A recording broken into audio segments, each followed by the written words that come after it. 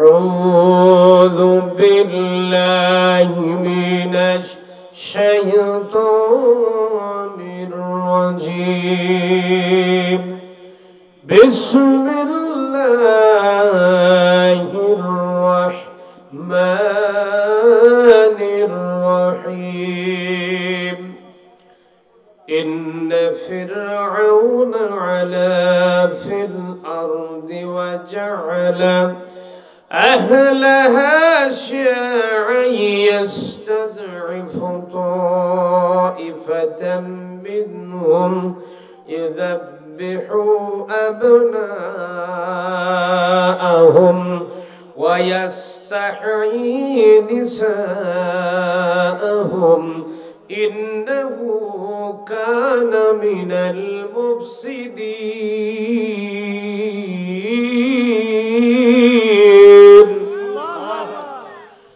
صدق الله العظيم وقال تعالى في شان رسول الله صلى الله عليه وسلم إن الله وملائكته يصلون على النبي يا أيها الذين آمنوا صلوا عليه وسلموا تسليما اللهم صل على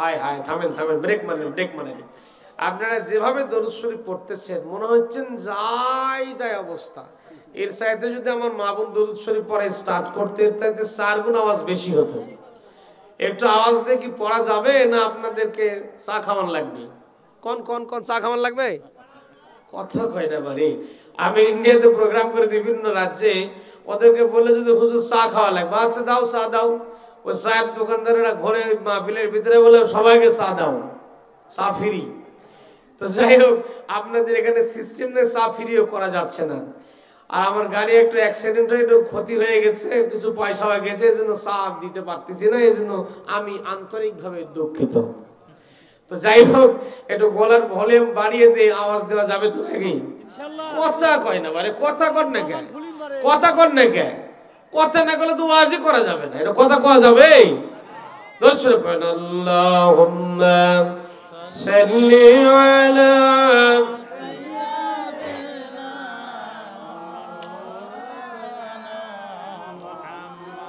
وعلى آل سيدنا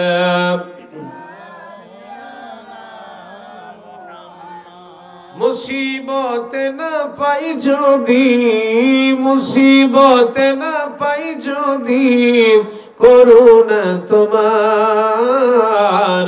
কবরে হাসরে কি হবে আমার কবরে হাসরে কি হবে আমার আছি গো ডুবে আমি পাপেরি সাগরে ঠিক না আছি গো ডুবে আমি পাপেরি সাগরে না জানি কি হবে ওপারে হাসরে তোমারি সুপারিশ বিনে কেমনে হব পার কবরে হাসরে কি হবে আমার আল্লাহুম্মা সাল্লি আলা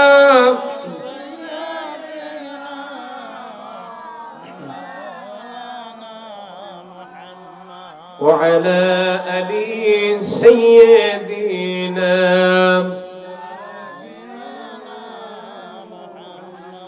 بلغ العلا بكماله كشف الدجى بجماله حسنت جميع خصاله صلوا عليه ये तेरी मेरज थी कतौलों हो कलम तक पहुँचा और मेरी मेरज है कलम तो का पहुँचा बलगल नूर बिकमालिही अशफत तुजा बिजमालिही हसनत जमीउ खिसालिही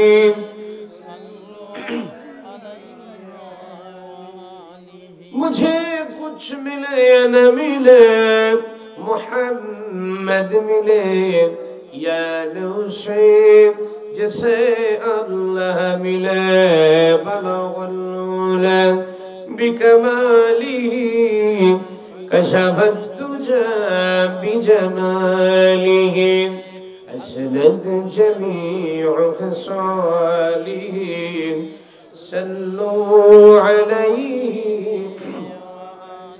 اللهم آمين ربنا ظلمنا أنفسنا إن لم تغفر لنا وترحمنا لنكونن من الخاسرين أي الله تعالى শিবগঞ্জ হাট শাহী জামে মসজিদের উন্নয়ন কল্পে বাৎসরিক তাফসীরুল কোরআন মাহফিল রব্বুল আলামিন আয়োজন যারা করলেন শোনার জন্য আমরা যারা বলার জন্য এসেছি এই মাহফিল কিয়ামতের দিন কঠিন মুসিবতের সময় আমাদের সকলের জন্য নাজাতের মাধ্যম তুমি আল্লাহ বানায়া দাও আয় আল্লাহ তাআলা সারাটা জীবন পর্যন্ত গুনাহ করে ফেলেছে রব্বুল আলামিন গুনাহ করে করে গুনাহে জর্জরিত হয়ে গেছে আল্লাহ মেহেরবানি করে तमाम জীবনের গুনার বোঝাগুলো maaf করে দাও আয় আল্লাহ তাআলা আমাদের মা-বাপ যাদের বিদায় হয়ে কবরে চলে গেছে মাওলা মেহেরবানি করে কবরগুলোকে জান্নাতুল ফেরদাউস বানিয়ে দাও মা-বাপ যাদের বেঁচে আছে হায়াতে তাইয়্যিবা সিহাতে কুল্লিয়া দান করে দাও আয় আল্লাহ তাআলা আমি তোমার গোলাম জানি না তোমার কুদরতি পার্লামেন্ট থেকে আমার জন্য কতটুকু বাজেট দিয়েছো রব্বুল আলামিন তোমার মহান পার্লামেন্ট আবেদন করলাম আল্লাহ তোমার বান্দা বান্দীগুলোর সামনে যেন কোরআনে কারীম থেকে তোমার নবীর হাদিস শরীফ থেকে কিছু কথা বলতে পারি সে তৌফিক তুমি আমাকে দান করে দাও तमाम পৃথিবীর মাটির নিচে যত মুমিন মুমিনাত ছড়িয়ে পড়েছে আল্লাহ তাদের আরো মুবারকের সওয়াব পৌঁছে দাও সবটুকুন সোনার মদিনায় নবী পাকের রওজা মুবারকে পৌঁছে দাও আল্লাহুম্মা ইন্না নাজআলুকা ফি নুহুরিহিম ওয়া নাউযু বিকা মিন শুরুরিহিম ইয়া রাব করম তু अगर করে ও বাদে জবা কো जो दिल पर असर करे ربنا تقبل منا إنك أنت السميع العليم وتب علينا إنك أنت التواب الرحيم سبحان ربك رب العزة عما يصفون وسلام على المرسلين والحمد لله رب العالمين وجعل آخر كلمة عند الموت لا إله إلا الله মুহাম্মাদুর রাসূলুল্লাহ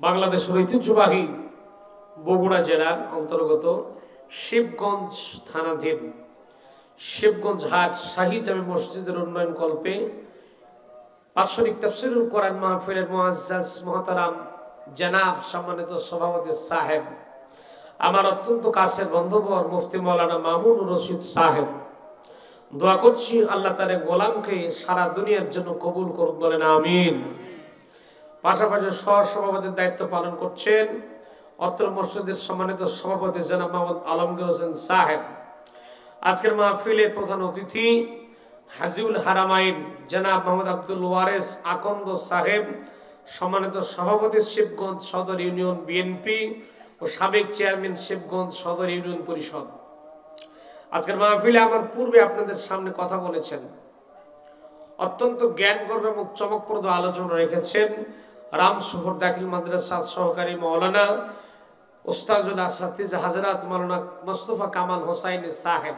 দোয়া করছি আল্লাহ তার এই গোলামের কণ্ঠকে সারা দুনিয়ার জন্য কবুল করুক, বলেন আমিন। তারপর কথা বলেছেন চক্কানো মধ্যপাড়া জামে মসজিদের সম্মানিত খতিব জনাব মাওলানা মোহাম্মদ রাজু আহমেদ সাহেব। দোয়া করছি আল্লাহ তাকে কোরআনের মাঠে কবুল করুক, বলেন আমিন।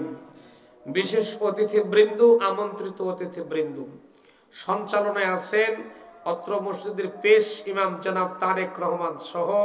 আল্লাহ সকলকে কবুলের মঞ্জুর করুক, বলেন আমিন।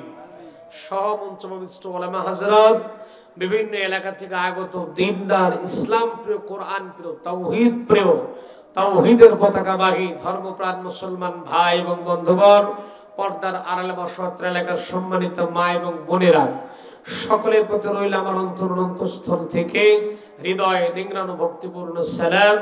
আসসালামু আলাইকুম ওয়া রাহমাতুল্লাহি তাআলা ওয়া বারাকাতুহু। ভাইরে, প্রথমে একটা সালাম আমি আসার পরেই দিছি, আপনাদের ভলিউম দেখতে মানে ব্যাটারি চার্জ আছে কিনা আল্লাহ ভালো জানে। সেকেন্ড টাইম দেখলাম তো একটু চার্জ উঠছে, তো যাই ফুল 100% চার্জ উঠে নিয়ে সালামের জবাব দিলে বুঝি কবিরা গুনাহ হবে না? না না, গুনাহ হবে। গুনাহ হবে? কথা কয় না বাড়ি, কথা কন না, গুনাহ টুনা হওয়ার চান্স আছে? যদি চান্স না হয়, রাসূলুল্লাহর একটা হাদিস শোনেন। আমি সাহাবীদের রাসূল সালাম শিখাচ্ছেন কেমন করে। যদি কেউ আসসালামু আলাইকুম বলে তাহলে জবাবে বলতে ওয়া আলাইকুম আসসালাম ওয়া রাহমাতুল্লাহ। যদি কেউ সালামের জবাব বলে আসসালামু আলাইকুম ওয়া রাহমাতুল্লাহ, তাহলে জবাবে বলার দরকার ওয়া আলাইকুম আসসালাম ওয়া রাহমাতুল্লাহি ওয়া বারাকাতুহু। যদি কেউ সালাম বলে আসসালামু আলাইকুম ওয়া রাহমাতুল্লাহি ওয়া বারাকাতুহু, তাহলে উত্তরটা ওয়া আলাইকুম আসসালাম ওয়া রাহমাতুল্লাহি ওয়া বারাকাতুহু ওয়া মাগফিরাতুহু। এরকম করে সম্বোধনটা বাড়াতেই থাকতে হবে, যখন সুবহানাল্লাহ। আর আমরা সালাম, আমার ভলিউম একটু জোরে হচ্ছে, আপনার ভলিউম আমার ধীরে হচ্ছে। তাহলে যদি সালাম যে দেয় তার সাথে ভলিউম উঁচু করে দেওয়ার দরকার আছে না নাই? শামাইলে তিরমিজির হাদিস, যে সালাম দেবে তার চাইতে উঁচু আওয়াজে সালামের জবাবটা দেওয়া লাগবে। আসসালামু আলাইকুম ওয়া রাহমাতুল্লাহ। আমি তো ভলিউম ছোট করে দিলাম, কিন্তু আপনাদের তো ভলিউম কমে গেছে। আমি আবারও সালাম প্রদান করছি, আসসালামু আলাইকুম ওয়া রাহমাতুল্লাহ। যাক, একজন আমার ভাই দিছে সালামের জবাব ওয়া আলাইকুম আসসালাম ওয়া রাহমাতুল্লাহি ওয়া বারাকাতুহু। এটা একটা আজকে ওয়াজের প্রথম শিক্ষা নিয়ে গেলেন, সুবহানাল্লাহ পড়েন। ওয়াজ খালি আসবেন আর হাসবেন আর কাঁদবেন তা হবে না। ওয়াজ থেকে, ওয়াজের মাঠ থেকে কষ্ট করে কিছু শিখে যাওয়ার দরকার আছে না নাই? কথা কয় না, আছে না নাই? আছে। আল্লাহ সুবহানাহু ওয়া তাআলার মহান দরবারে লাখো কোটি শুকরিয়া জ্ঞাপন করছি যে আল্লাহ সুবহানাহু ওয়া তাআলা স্বাধীন দেশে 5 আগস্টের পর বাংলাদেশ কিন্তু নতুন করে স্বাধীনতা লাভ করেছে, ঠিক কিনা বলেন? আগে কিন্তু হুজুরেরা খালি ওয়াজ করতে তাকায় থাকতো, police police police police police police, একটা জিকির ছিল কিনা বলেন? এখন পুলিশেরা কয় হুজুর হুজুর হুজুর হুজুর। রাস্তাঘাটে আমাদের ধরলেন নানান প্রশ্ন জর্জরিত করতে, কোত্থেকে আসলেন, কি হলো না হলো, এই সেই। আর এখন রাস্তাঘাটে দিলে হুজুর একটু দোয়া করবেন। মানে আগে বিভিন্ন রকমের করে অ্যাঙ্গেলে আমাদেরকে মারছে, ধরছে, কষ্ট দিয়েছে, আর এখন আমাদের থেকে দোয়া নিতেছে। এই বাংলাদেশ, এই বাংলাদেশ। তাহলে এরকম স্বাধীনতা আমাদের দরকার ছিল কিনা বলেন? ছিল কিনা? যে আল্লাহ পাক স্বাধীন বাংলাদেশে প্রচন্ড শীত উপেক্ষা করে আপনাকে আমাকে লাইক করেছেন, চয়েস করেছেন, পছন্দ করেছেন বলেই এই জান্নাতের বাগানে বসার মতো তৌফিক দিয়েছেন, ঠিক করে জোরে কন। যাদেরকে আল্লাহ পছন্দ করেনি তাদেরকে জান্নাতের বাগানে আল্লাহ গ্রহণ করেইনি। তারা বাইরে বেড়ে বেড়াচ্ছে, ঘুরে বেড়াচ্ছে, স্ত্রীকে নিয়ে ল্যাপের মধ্যে বউকে নিয়ে শুয়ে আছে, চিন্তা করছে দুই দিকের মাইকের আওয়াজ হচ্ছে, বস থেকে বউকে সাথে নিয়ে একসাথে জামাতের সাথে ওয়াজ শুনি, ঠিক না ঘর। আর আপনাদেরকে ওই ঘরটাকে জান্নাতের বাগান, জান্নাতের বাগান নবীজির হাদিস শুনে যায়, যেখানে কোরআন হাদিসের আলোচনা হয় ওই মজলিসটাকে বলা হচ্ছে জান্নাতের বাগান। আল্লাহ পাক আপনাকে আমাকে লাইক করেছেন, পছন্দ করেছেন বলেই জান্নাতের বাগানে কবুল করেছেন, যেরকম আল্লাহু আকবার। সেজন্য করে সে আল্লাহর দরবারে আমরা খুশির সঙ্গে একযোগে পড়ছি আলহামদুলিল্লাহ, আলহামদুলিল্লাহ, আলহামদুলিল্লাহ। লাখো কোটি দরুদ এবং সালাম পড়ছি বিশ্ব মানবতার মুক্তির দূত, মানবতার বন্ধু মুহাম্মদুর রাসূলুল্লাহ বলেন সাল্লাল্লাহু আলাইহি সাল্লাম। সবাই আমার সাথে একটু পড়েন, রব্বানা লাকাল হামদ হামদান কাসীরান তাইয়্যিবান মুবারাকান ফীহি ইয়া রাব্বি লাকাল হামদু কামা ইয়ানবাগি লিজালালি ওয়াজহিকা ওয়া আযীম সুলতানিকা। আমরা প্রশংসা করলাম কার? একটু আস্তে কোন কার? আল্লাহ। হাঁটার সময় প্রশংসা করব কার? খাওয়ার সময় কার? চলার সময় কার? বউকে মারার সময় কার? কি তাহলে বউকে মারতে দেন নাকি? বউকে মারা যাবে? বুখারীতে একটা হাদিসের এবারেতে এসেছে, আর দুনিয়াউ কুল্লুহা মাতাউন ওয়া খায়রুল মাতাউদ দুনিয়া আল মারাতুস সালিহা। অর্থাৎ এই পৃথিবীর জমিনের সমস্ত জিনিসগুলো হলো সম্পদ, আর এই সম্পদের ভেতর থেকে most important asset of the world, পৃথিবীর মধ্যে গুরুত্বপূর্ণ সম্পদ হলো ঘরের নেককার স্ত্রী। সুবহানাল্লাহ। যে পকেটে আছে না, একটু পকেট থেকে বের করে কর না সুবহানাল্লাহ। আমরা এখানে বসেছি কিছুক্ষণের জন্য হলেও আল্লাহর কোরআন থেকে কিছু আলোচনা শোনার জন্য, ঠিক না? যেরকম কোরআন শোনা লাগবে নিরপেক্ষ দৃষ্টি নিয়ে, নিরপেক্ষ মন নিয়ে। এখানে আমাদের কোরআনের কথা বলতে গেলে কিন্তু রাজত্ব, রাজনীতি, রাষ্ট্রনীতি, আন্তর্জাতিক বিষয়, বিভিন্ন বিষয় কিন্তু আলোচনার মধ্যে চলে আসবে। এখন কোরআনের আলোচনা বলতে গেলে যদি আপনার দলের বিরুদ্ধে যায়, আপনার কি কষ্ট হবে? কথা কন না কেন? কোরআনের হক কথাগুলো বলতে গেলে যদি দলের বিরুদ্ধে যায়, আপনি কি কষ্ট পাবেন? আরে মিয়া ভাই, দল তো অনেক দূরের কথা। আল্লাহর কোরআন বলতে গেলে, আল্লাহর কোরআন যদি আপনার বাপের বিরুদ্ধেও চলে যায়, তারপরও মুসলমানের বীজে তৈরি সন্তান বাপের বিরুদ্ধে সংগ্রাম করা লাগবে, ঠিক কেন বলেন? কিন্তু অনেকে আছে মুখ বেঁকা করে বিদায় হয়, কোরআনের কথা হচ্ছে না, ফাও রাজনীতি করতেছে, এই ওয়াজ শোনা যাবে না, আস্তে করে পকার পার হয়, আছে না নাই? আচ্ছা, কোরআন কি আমাদের বাপ দাদার কারো পৈতৃক সম্পত্তি? কোরআন দিয়েছেন কে? কোরআনের মালিক কে? তিনি বলছেন আলালাহুল খালকু ওয়াল আমর, আমি তোমাদের বানাইছি, আমি তোমাদের সৃষ্টি করেছি, আইনটাও চালান লাগবে আমি আল্লাহ। কার আইন চলবে? কার আইন চলবে? আল্লাহর আইন চলবে, এটা আদায় করা ফরজ। সুবহানাল্লাহ। এজন্য করে অনেকে আওয়ামী লীগের রাজনীতি করেন, কেউ বিএনপির রাজনীতি করেন, কেউ জামাতের রাজনীতি করেন, কেউ জাসদ করেন, বাসদ করেন, ৮ রশি করেন, ৩৬৫ রশি করেন, যে যা খুশি করেন সামিয়ানার বাইরে। এখন আমরা সবাই মিলে হয়ে গেছে কোরআনের দলের লোক। কোন দলের? কোন দলের? মন থেকে একবারে ধুয়ে মুছে ঝেড়ে ফেললেন। এখন চিন্তা করেন যে আমি রাজনীতি করি না, আমি এখন কোরআনের রাজনীতি করব, কোরআনের দলের লোক। যখন আল্লাহু আকবার, পারা যাবে তো নাকি? আমি যতক্ষণ আছি, কোরআন যতক্ষণ শুনবেন, ততক্ষণ পর্যন্ত রাজনৈতিক কোন নেতা খেতা, কোন রাজনৈতিক দলের চিন্তা ভাবনা, কোনো কিছু যেন মনের মধ্যে না আসে। কেননা এই কোরআন আমার নবী আবু জেহেলের সামনেও পড়েছেন, আবু বকরের সামনেও পড়েছেন, পড়েননি? প্রিয় ভাইরা, বিশ্ব নবী আমার এই কোরআনে কারীম থেকে আবু জেহেলের সামনে কোরআনের দাওয়াত দিয়েছেন, কোরআনের কথা আবু জেহেলের সামনে পড়েছেন। আবার আমার নবী কোরআনে কারীমের কথা আবু বকরের সামনে পড়েছেন। আবু জেহেল কোরআন শোনার কারণে ওর শয়তানি কিন্তু দিন দিন বেড়ে গিয়েছিল, আর আবু বকর কোরআনে কারীম শোনার কারণে আমার আল্লাহ রাব্বুল আলামিন আবু বকর ঈমানটার টাটকা বানায় দিয়েছিল। এই শিবগঞ্জ এলাকার মধ্যে আবু জেহেল মার্কা যদি কোনো মানুষ থাকে, আমার এই আলোচনা শোনার পরে তার শয়তানি আরো বেড়ে যাবে। আর যদি কোন আবু বকর মার্কা লোক থাকে, আল্লাহর কোরআন শোনার পরে তার ঈমানটা তাজা হয়ে যাবে।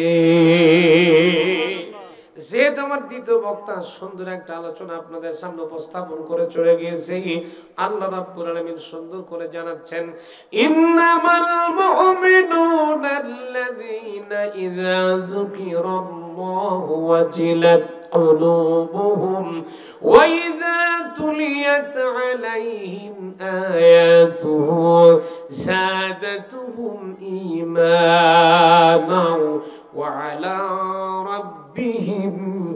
ইয়াতাওয়াক্কালুন।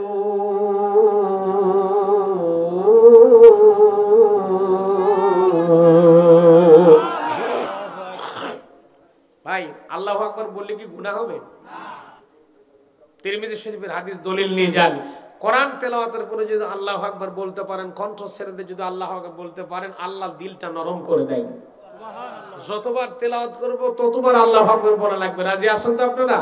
আমি যতবার কোরআন থেকে তেলাওয়াত করব ততবার আল্লাহু আকবার বলা লাগবে। পারবেন তো ইনশাআল্লাহ? দেখি তো হাত তোলেন তো কারা কারা পারবেন না। আমি মাঝে মাঝে একটু ঝাঁকে দিয়ে উল্টা পাল্টা ওয়াজ করে দেখি যে আছে না গেছে। যাই হোক, আপনারা তো পারবেন ইনশাআল্লাহ নাকি? দেখি আমি আবার কোরআন থেকে তেলাওয়াত করতেছি। আমি আগেই বলেছি রাজনৈতিক দলের চিন্তা ভাবনা বাদ। এখন আমরা কোন দলের লোক? কথা কয় না বাড়ি। কোন দলের? কোন দলের? কোন দলের? ও মুরব্বি, কোন দলের? কোন দলের? কোরআনের। এখন আমরা সবাই হয়ে গেছি কোরআনের দলের লোক। কোন দলের? কোরআনের দলের লোক। কোরআনের দলের লোকদের ভলিউম একটু বেশি হয়। আল্লাহু আকবার, আল্লাহু আকবার। আমি আবার আয়াতে কারিমে একটু তেলাওয়াত করছি, আপনাদের ভলিউম কেমন একটু দেখি। আল্লাহ রাব্বুল আলামিন বলেন, ইন্নামাল মুমিনুনা আল্লাযীনা ইযা যুকিরাল্লাহু ওয়াজিলাত কুলুবুহুম ওয়া ইযা তুলিয়াত আলাইহিম আয়াতুহু যাদাতুহুম ঈমানাও ওয়া আলা রাব্বিহিম ইয়াতাওয়াক্কালুন। আল্লাহ রাব্বুল আলামিন বলেন, মুমিনদের সামনে যখন আমার কোরআনে কারীম থেকে তেলাওয়াত করা হবে, মুমিনদের অন্তরগুলো কলেজাগুলো থরথর থরথর করে কাঁপতে থাকবে।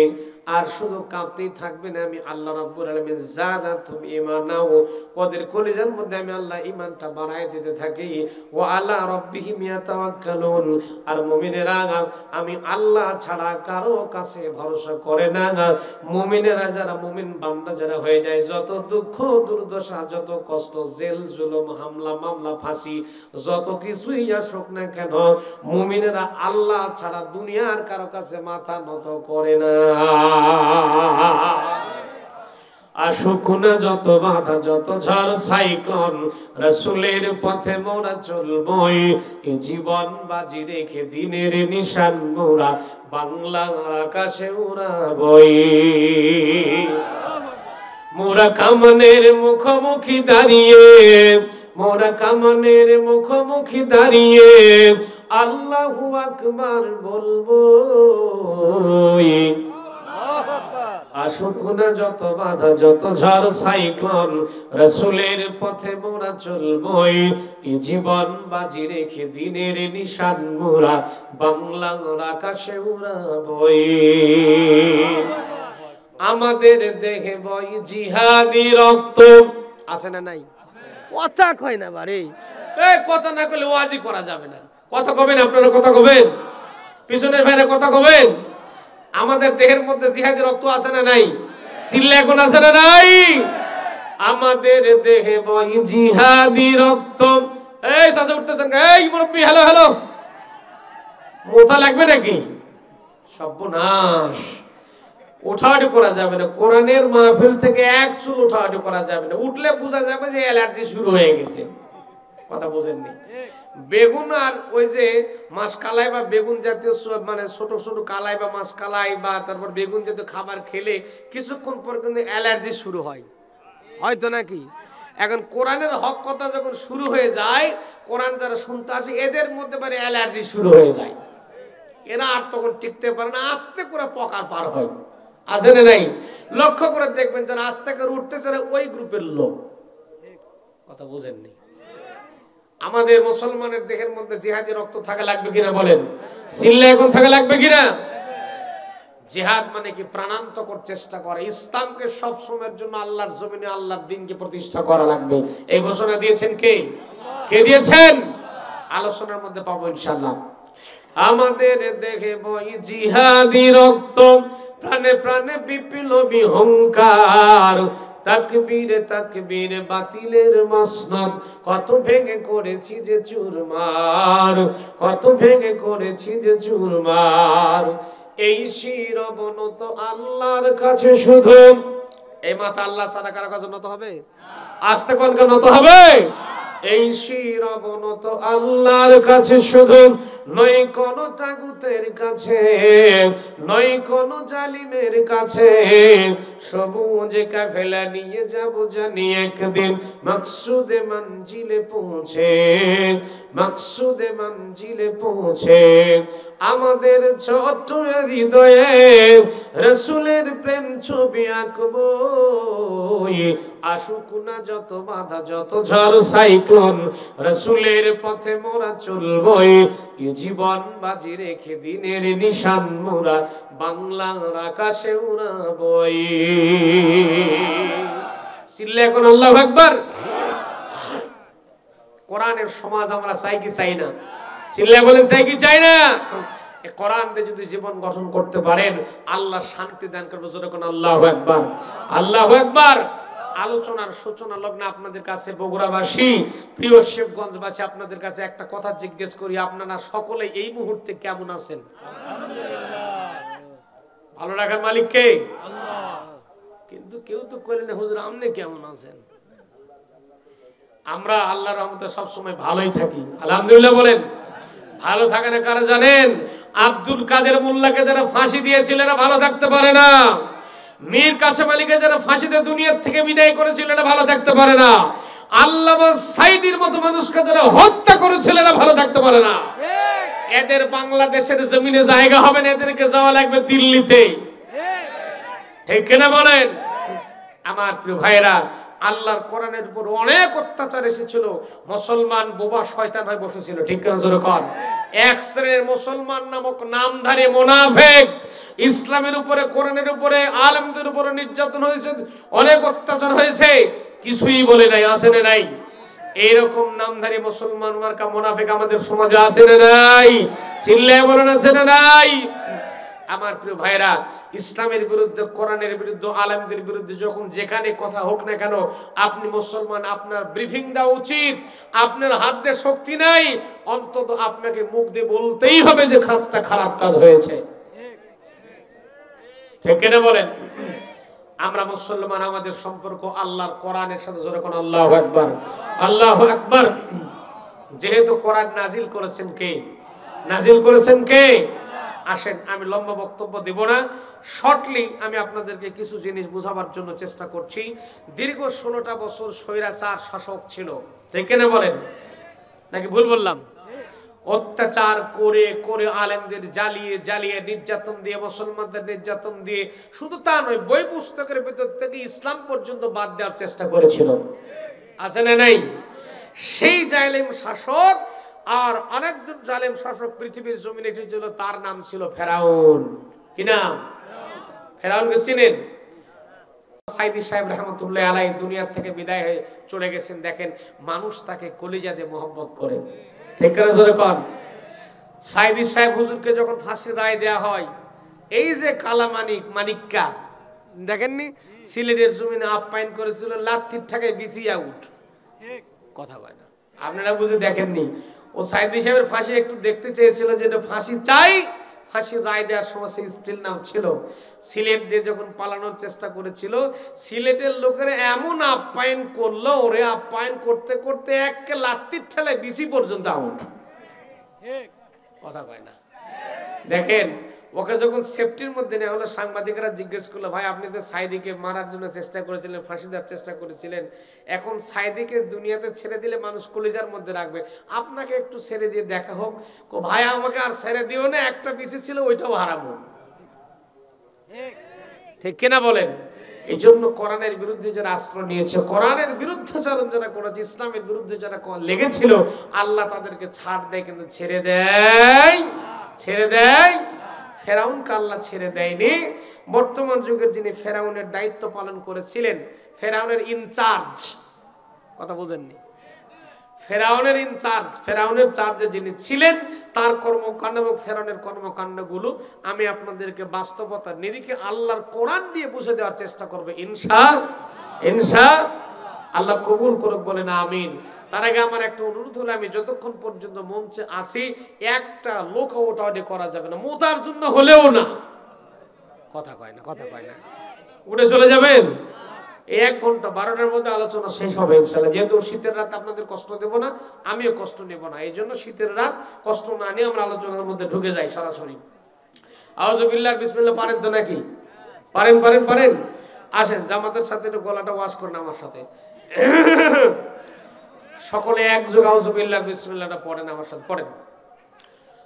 আউযু বিল্লাহি মিনাশ শাইতানির রাজীম। বিসমিল্লাহির রাহমানির রহিম। ইন্না ফিরআউনা আলা ফিল আরদি ওয়া জাআলা আহলাহা شيعا يستضعف طائفة منهم يذبح أبناءهم ويستحيي نساءهم إنه كان من المفسدين।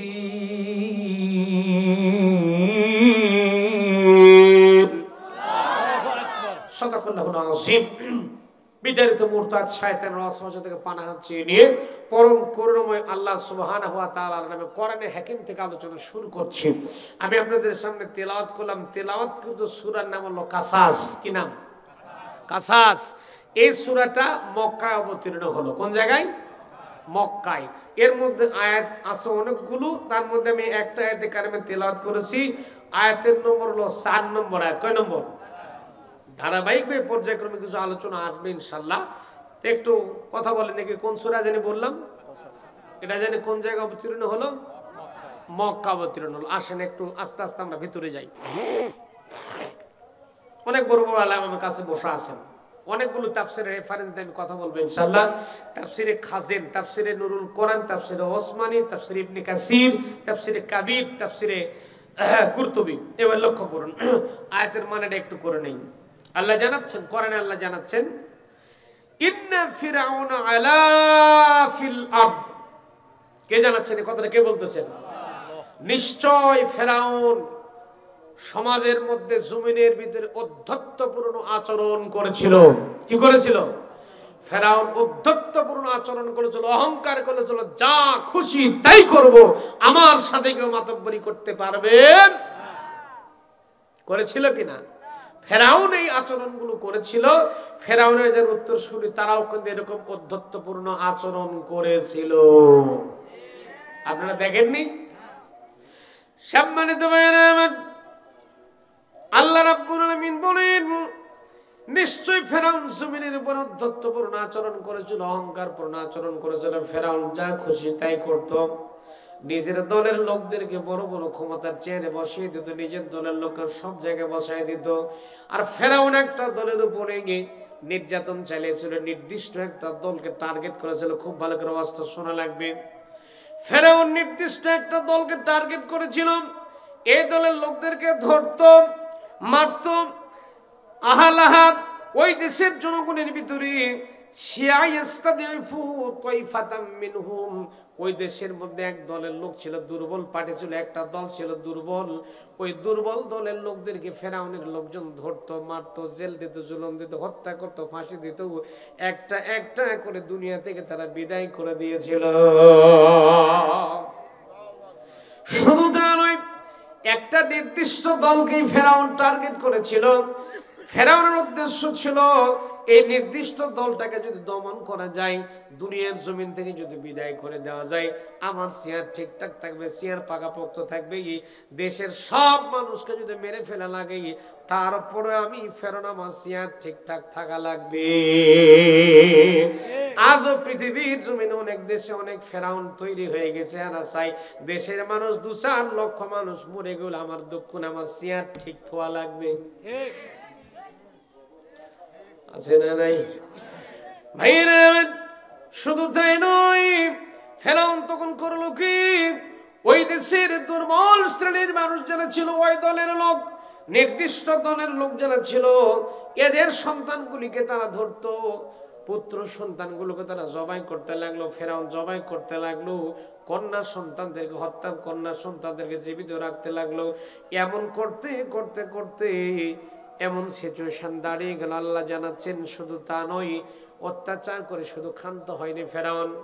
মুসলমান যারা ছিল, দুর্বল মুসলমান যারা ছিল, এদের উপর অত্যাচার করেছিল, নির্যাতন করেছিল, জুলুম করেছিল, জেল দিয়েছিল, হামলা দিয়েছিল, মামলা দিয়েছিল, ফাঁসি দিয়েছিল, অনেক অত্যাচার করেছিল। শুধু তা নয়, ইন্নাহু কানা মিনাল মুফসিদিন, এই পৃথিবীর জমিনে সর্বপ্রথম ফেরাউন বিনা ভোটের প্রধানমন্ত্রীও হয়েছিল। কোন দেশে কি বিনা ভোটে প্রধানমন্ত্রী হয়? হ্যাঁ প্রিয় ভাইরা আমার, এই দুনিয়াতে সর্বপ্রথম বিনা ভোটে যিনি প্রধানমন্ত্রী হয়েছিলেন তার নাম ফেরাউন। তার নাম কি?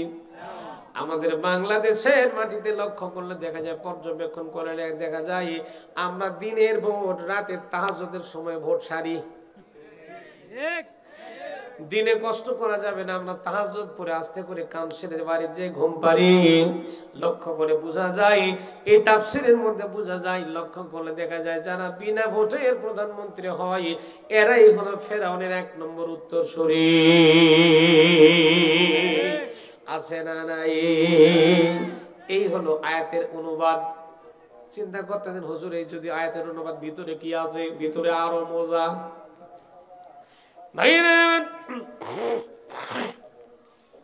আমি সব সময়ের জন্য আলোচনা করে প্রেক্ষাপট সামনে নিয়ে, কে কি ভাবলো, কে কি মনে করলে, এটা আমার চিন্তা ভাবনার মধ্যে নাই। আমি চিন্তা করি আল্লাহর কোরআন আমাকে বলা লাগবে, সুযোগ যখন একবার পাইছে আল্লাহর কোরআন বলা থেকে বাদ দেব না। কেননা কারো ভয়ে, কোন দলের ভয়ে, কারো চোখ রাঙানির ভয়ে যদি আজকে আল্লাহর কোরআন বাদ দিয়ে চলে যায়, আল্লাহর কোরআন থেকে মাইনাস করে আল্লাহর কোরআন যদি কথা না বলি, আল্লাহ জানিয়ে দিয়েছেন, আমান আযলামু মিম্মান কাতামা শাহাদাতান ইনদাহু মিনাল্লাহ। যদি আল্লাহর কোরআন জানার পরে যদি কেউ গোপন করে, কাতামা মানে গোপন করে, একদম কাতামে একদম প্রেজেন্ট ফিউচার, আল্লাহর কোরআন জানার পরে যদি কোনো কিছুর ভয় যদি আল্লাহর কোরআন তোমরা গোপন করে ফেলো, আমি আল্লাহ জানাই দিতেছি, ওই মানুষটা দুনিয়ার মধ্যে ছোটখাটো জালেম না, সব চাইতে টাটকা জালেম। তাহলে মানুষের ভয়ে, কারো ভয়ে যদি ম্যাস্টেক কোরআনের হক কথাগুলো না বলতে পারি, তাহলে আল্লাহর আদালত আমাকে জালামের কাঠ করে আল্লাহ দাঁড় করায় দেবে। তাহলে কোরআনে কারীম থেকে হক কথা বলা লাগবে কিনা? মুরব্বি মুরব্বি লাগবে, বসা লাগবে না ভাই? ভাইরা কথাকে বুঝা, আমার কথাকে বোঝা যায়? কষ্ট হচ্ছে আপনাদের? কষ্ট হচ্ছে ভাইরা? সব কথাগুলি কোরআন দিয়ে বুঝাবো ইনশাআল্লাহ। বড় বড় আলেম আছে, কয়েক ঘন্টা দলিল লাগবে, আমি দলিল আপনাদেরকে দেব, কোরআন দিয়ে দেব, হাদিস দিয়ে দেব, অন্য বিভিন্ন কিতাব দিয়ে লাগবে, কয়টা কিতাব লাগবে আমি দলিল দেব, টেনশন করা লাগবে না। আমার প্রিয় ভাইরা, এত সুন্দর করে আল্লাহ রাব্বুল আলামিন জানাচ্ছেন, ফেরাউন মার্কা যারা শাসক হয়, ফেরাউন মার্কা যারা রাজত্ব পরিচালনা করায়, এরা জবর দখল করে, ক্ষমতার চেয়ার দখল করে বসে থাকে। জনগণের ভোট এরা লাগে না, জনগণের ভোটটা নিতেও চায় না, ভোট বলে ভোট হয়ে গেছে যাও, এরা ক্ষমতার চেয়ারে বসে থাকে। ঠিক কিনা জোরে কোন? সঠিক যদি ভোট দেওয়া হতো, 5 বছর পরে কিন্তু গুড বাই বলে বিদায় দিত জনগণ। কিন্তু সঠিক ভোট দেওয়ার কারণে বাংলাদেশের জনগণ কিন্তু ঠিকঠাক মতো ভোট দিতে পারে না। আবার এরাই বলে খেলা হবে। কথা কই না বাড়ি, কথা কই না, বলে না, বলে না, আমরা তো খেলার জন্য রেডি, কিন্তু খেলার প্লেয়ার তো বর্তমান বাংলাদেশে আছে।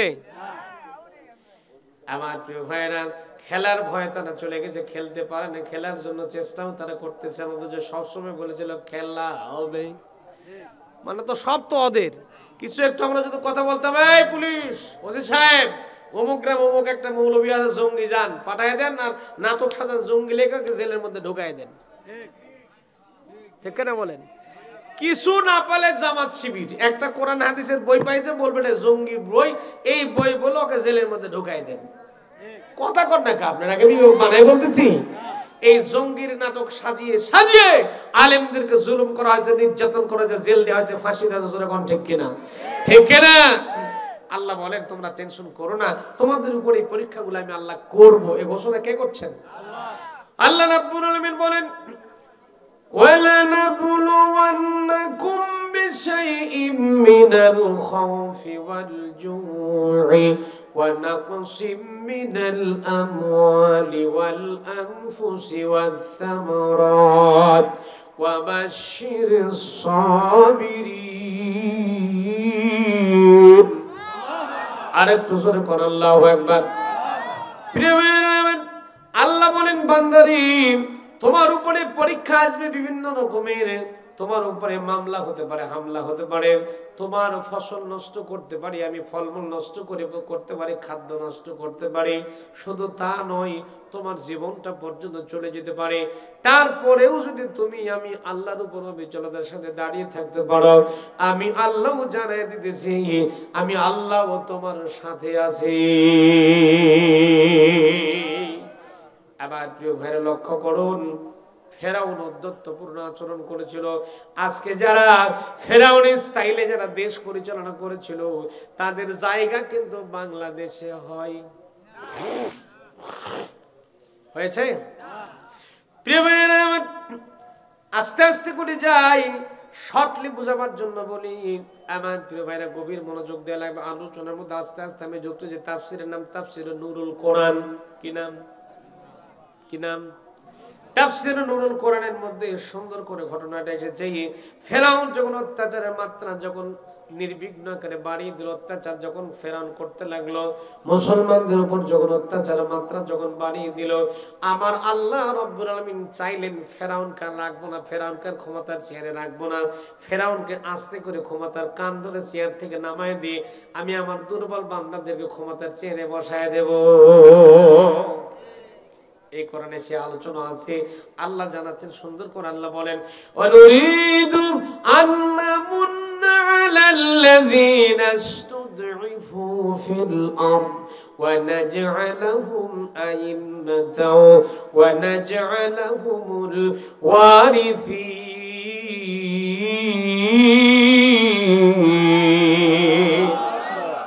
আল্লাহ বললাম আমার দুই পাশে বসে আছে। দেখেন আল্লাহ কি বলতেছেন, যে ফেরাউনের যখন মাতব্বরি বাড়লো, ও যখন উদ্ধত্যপূর্ণ আচরণ শুরু করলো, আর মুসলমানদেরকে যখন মারতে লাগলো, কষ্ট করতে লাগলো, আমি আল্লাহ ওয়া নুরিদু, ব্যাখ্যা শুনেন, তাফসীর শুনেন, ওয়া নুরিদু আন্নামুন্না আলাল্লাযিনা ইসতুদিফু ফিল আরদ, ওয়া নুরিদু, আমরা চাইলাম, আমি আল্লাহ চাইলাম, আন্নামুন্না আলাল্লাযিনা ইসতুদিফু, আমার ওই দেশের মধ্যে যে সমস্ত দুর্বল বান্দা ছিল। ওয়াজ বোঝা যায়? কথা হয় না। আল্লাহ বলতেছেন ওই দেশের মধ্যে যারা দুর্বল বান্দা ছিল, ফিল আরদি, যারা দুর্বল ছিল জমিনে, ওয়া নাজআলাহুম আইম্মাতাও ওয়া নাজআলাহুমুল ওয়ারিসিন, আমি আল্লাহ চাইলাম যে ফেরাউনের গোষ্ঠী সুদ্ধা বিদায় করে দিয়ে আমি আমার দুর্বল বান্দাদের হাতে গোটা দেশের ক্ষমতা আমি আল্লাহ তাদের হাতে তুলে দেব। না না, সুবহানাল্লাহ বলার দরকার নাই। যদি গুনাহ হয় চিল্লায় কোন সুবহানাল্লাহ। আলোচনা বোঝা যাইতো নাকি? এখন আসেন আস্তে আস্তে ভিতরে যাই। প্রিয় ভাইরা, ইসলামের ইতিহাস প্রমাণ করছে এই পৃথিবীর জমিনে লক্ষ্য করলে বোঝা যায় ফেরাউন কিন্তু কোনো মানুষের নাম ছিল না। ফেরাউন শব্দের মানে ছিল সূর্য দেবতার সন্তান। ফেরাউন কোনো মানুষের নাম ছিল না। ফেরাউন ছিল একটা চেয়ারের নাম, একটা গদির নাম, একটা জায়গার নাম। কি ছিল? যেমন ধরেন চেয়ারম্যান, মেম্বার, মন্ত্রী, এমপি, মন্ত্রী, মিনিস্টার, এগুলো কিন্তু কোনো মানুষের নাম নয়। এগুলো একটা চেয়ারের নাম, একটা গদির নাম, একটা জায়গার নাম। ঠিক তেমন করে ফেরাউন কিন্তু কোনো মানুষের নাম ছিল না। ফেরাউন ছিল একটা জায়গার নাম, একটা পজিশনের নাম, একটা গদির নাম, একটা চেয়ারের নাম। প্রিয় ভাইয়েরা, সেই যুগে পারস্যের যারা রাজা হয়েছিল তাদের নাম ছিল, উপাধি ছিল, তাদের ডিগ্রি ছিল কেসরা। তুরস্কের রাজাদেরকে বলা হতো খাতান, ইয়ামেনের রাজাদের বলা হতো তুব্বাম, আবিসিনের রাজাদের বলা হতো নাজ্জাসী, আর মিশরের আমেলেকা জাতির কিপ্তি বংশের যেগুলো রাজা তৈরি হয়ে যেত, এদের টাইটেল, এদের ডিগ্রি ছিল ফেরাউন। কি ছিল? প্রিয় ভাইরা, এই ফেরাউন এই ফেরাউনের নাম ছিল, তাফসীরের কিতাবের মধ্যে পাওয়া যায়, এই ফেরাউনের নাম ছিল ওয়ালিদ ইবনে মাসআদ ইবনে রাইয়ান। এই ফেরাউনের রাজত্ব শাসনকাল ছিল, ক্ষমতাকাল, হায়াতকাল ছিল 400 বছরের বেশি। এই 400 বছরের ভিতরে একটা দিনের জন্য ফেরাউনের জ্বর নাই, সর্দি নাই, ঠান্ডা নাই, কাশি নাই, কিচ্ছু হয়নি, ফেরাউন নিরাপদে ছিল। আমার প্রিয় ভাইয়েরা, লক্ষ্য করে দেখবেন যাদের একটু অসুখ বিসুখ কম হয় এদের মধ্যে ফেরাউনি তরিকা একটু লক্ষ্য করলে পাওয়া যায়।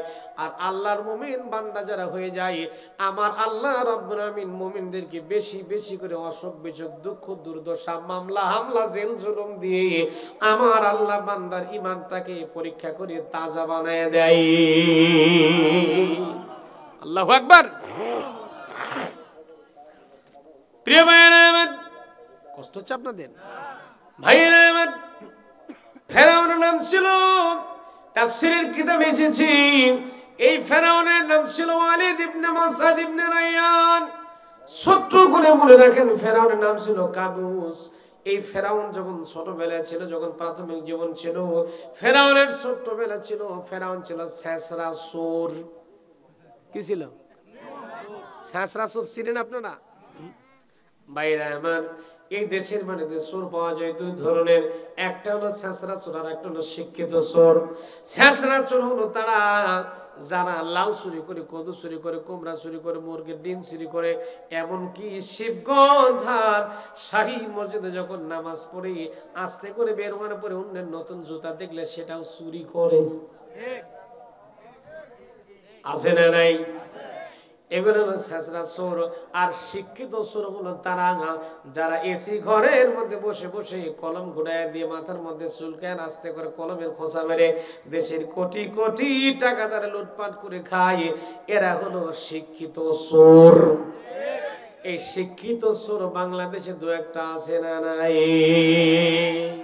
না না, বাংলাদেশ তো আল্লাহর ওলির দেশ, তার মধ্যে আমাদের মহাস্থানগড়ে আল্লাহর ওলি আছে, শাহজালাল রহমতুল্লাহ আল্লাহর ওলি। এত আল্লাহর ওলির মধ্যে কি চোর টোর থাকতে পারে? আছে আছে আছে। ভাইয়েরা একটা এক্সাম্পল নেন, শিক্ষিত চোরগুলা কেমন করে তৈরি হয় বাংলাদেশে লক্ষ্য করে দেখবেন। এই যে আপনাদের শিবগঞ্জের ব্রিজ তৈরি করার জন্য মনে করেন বাংলাদেশের সরকার বাজেট দিল 80 লাখ টাকা। কয় টাকা? 80 লক্ষ টাকা বাংলাদেশ সরকার যখন বাজেট দিল, 80 লাখ টাকা ঢাকা থেকে আস্তে আস্তে যমুনার ব্রিজ পার হতে না হতে 40 লাখ টাকা শিক্ষিত চোরদের পেটের মধ্যে ঢুকে গেছে। থাকলো কতখানি? 40 থাকলো। বগুড়া পার হতে না হতে আরো 10 লাখ টাকা গায়েব থাকলো কতখানি?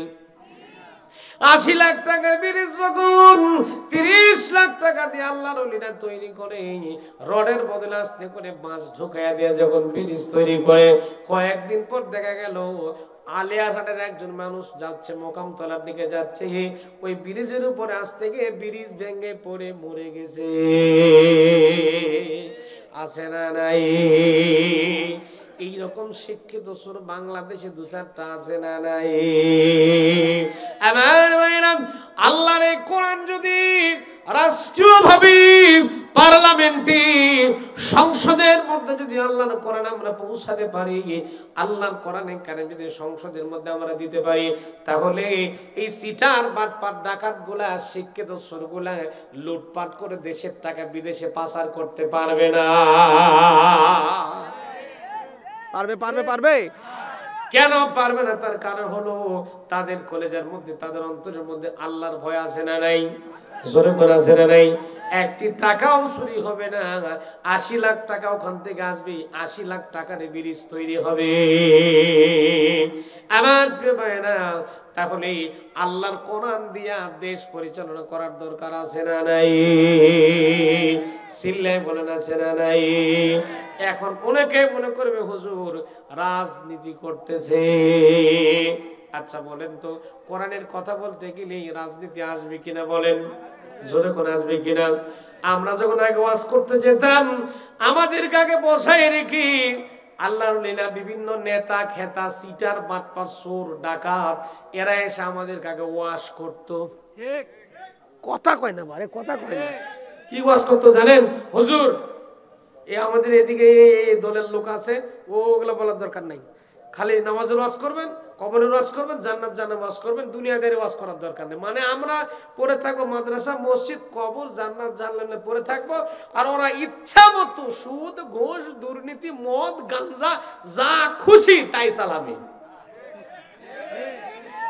আর আমাদের হুজুরদেরকে আটকাই দিয়েছে মসজিদের মাদ্রাসায় তোমরা পড়ে থাকো, আমরা মাঝে মাঝে মিলাদের দাওয়াত দেবো, মুরগির রান খাবা, বড় বড় মাছ তুলে তুলে তোমাদেরকে খাওয়াবো, তোমরা তাবিজ লেখবে, মিলাদ পড়াবে, এই কাম করো, তোমাদেরকে এই রাজনীতি ফাজনীতি দরকার নাই।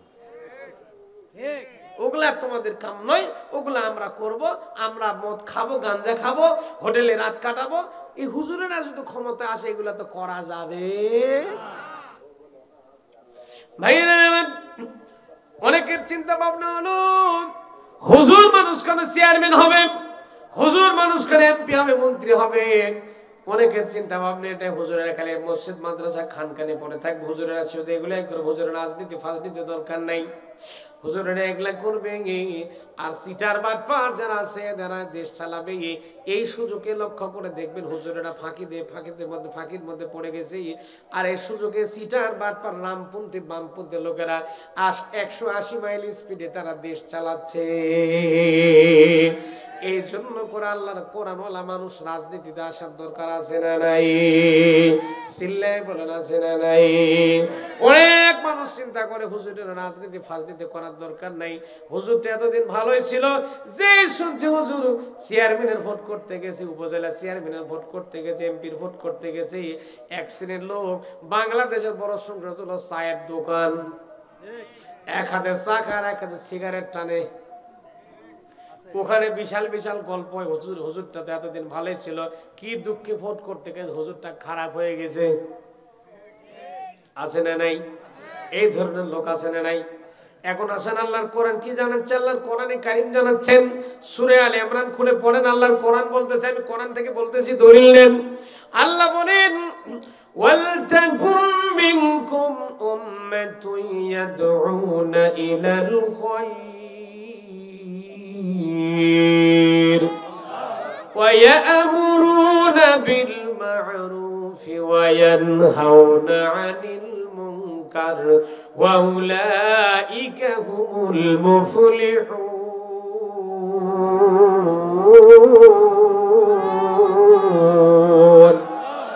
আরেকটু জোরে কোন আল্লাহু আকবার।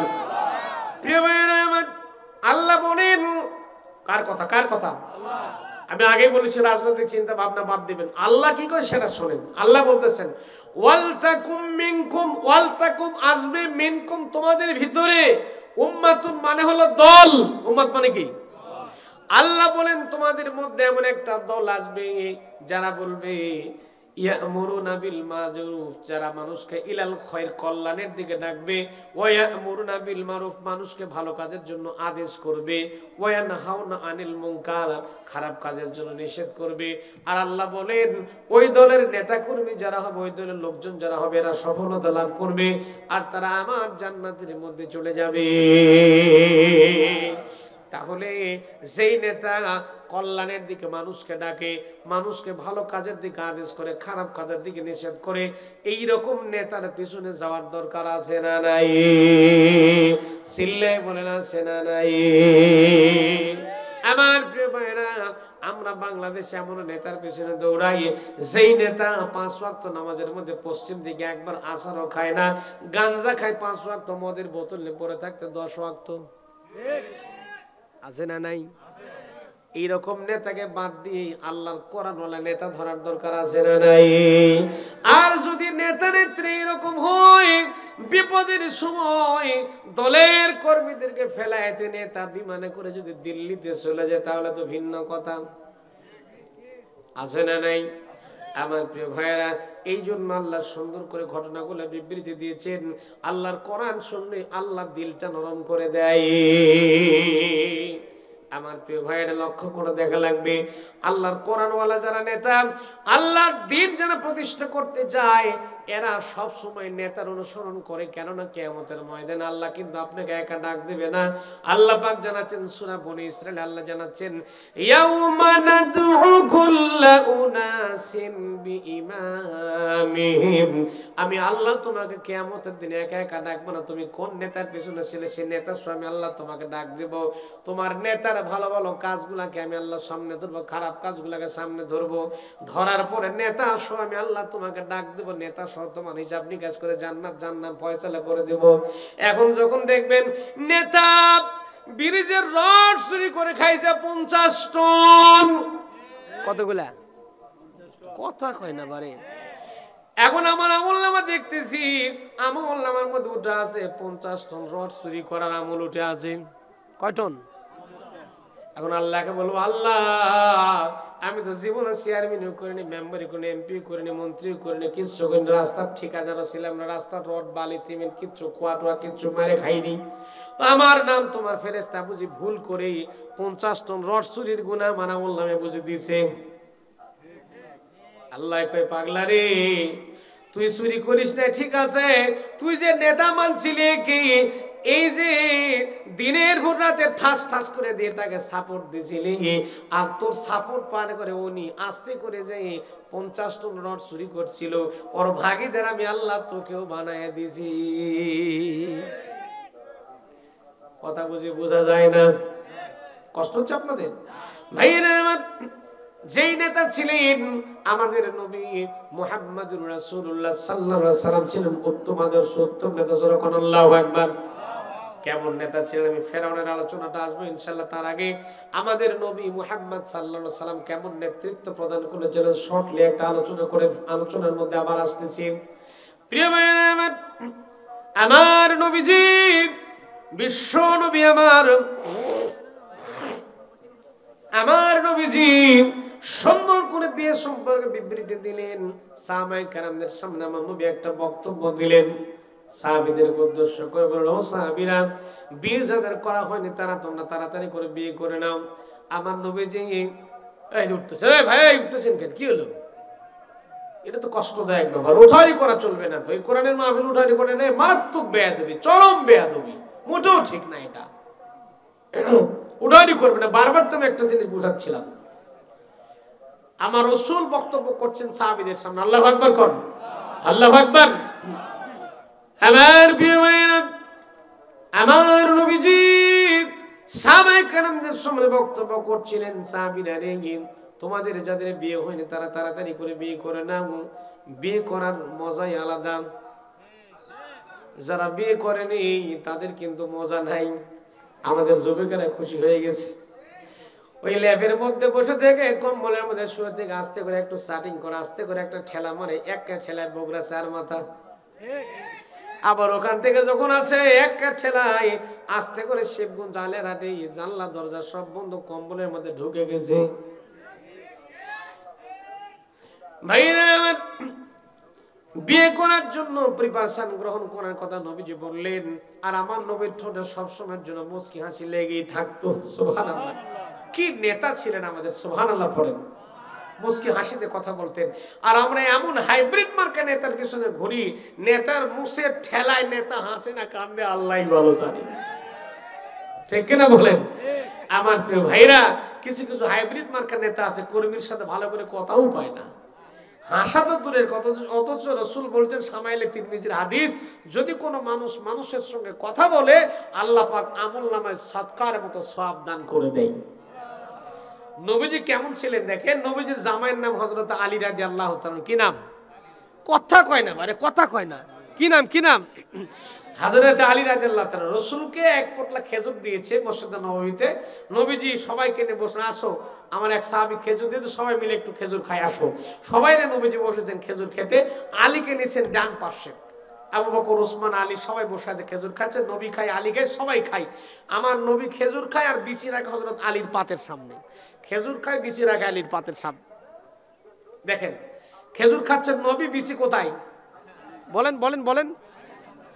আলীর পাতের সামনে খেজুর খায় নবী, বিচি আলীর পাতের সামনে। খেজুর খাওয়া যখন শেষ হয়ে গেছে, নবীজি মুস্কি হাসতেছেন আর বলছেন, ও সাহাবী, তোমরা কি জানো, তোমরা কি দেখেছো, আজকে দেখো আলী এত খেজুর খাওয়া খাইছে। ওর সব পিছু আর পাতের সামনে। এখন হযরত আলীর তো বুদ্ধি কম ছিল না, তিনিও সুন্দর করে জবাব দিচ্ছেন, ও আমার সাহাবীরা, নবীজির সাহাবীরা, ও আল্লাহর নবীর সাহাবীরা, আপনারা কি জানেন আমাদের এখানে আল্লাহর এমন এক বান্দা আছে যিনি খেজুরও খায়, বিচিও খায়। নবীর সামনে বিচি ছিল ছিল ছিল। কি জামাই আর শ্বশুরের মোহাম্মদ, সুবহানাল্লাহ সুবহানাল্লাহ, আল্লাহু আকবার। আমার প্রিয় ভাইরা, ইসলাম যদি প্রতিষ্ঠিত হয়ে যায়, আল্লাহর কোরআন যদি প্রতিষ্ঠিত হয়ে যায়, এইরকম নেতাগুলো আমাদের সমাজে আসবে। যেরকম সুবহানাল্লাহ সুবহানাল্লাহ। কোরআনের সমাজ আমরা চাই কি চাই না? চিল্লা এখন চাই কি চাই না? আল্লাহর কোরআন দিয়ে সামনের বাংলাদেশ দাড়িওয়ালার দেশ, সামনের বাংলাদেশ টুপিওয়ালার বাংলাদেশ, সামনের বাংলাদেশ ইসলামের বাংলাদেশ, সামনের বাংলাদেশ আল্লাহর কোরআনের বাংলাদেশ, সামনের বাংলাদেশ মুজাহিদদের বাংলাদেশ। ঠিক করে যখন আল্লাহর কোরআন দিয়ে দেশ চলুক, সমাজ চলুক, রাষ্ট্র চলুক, কারা কারা চান হাত তুলে আল্লাহকে দেখায় দেন, দু হাত তুলে দেখান।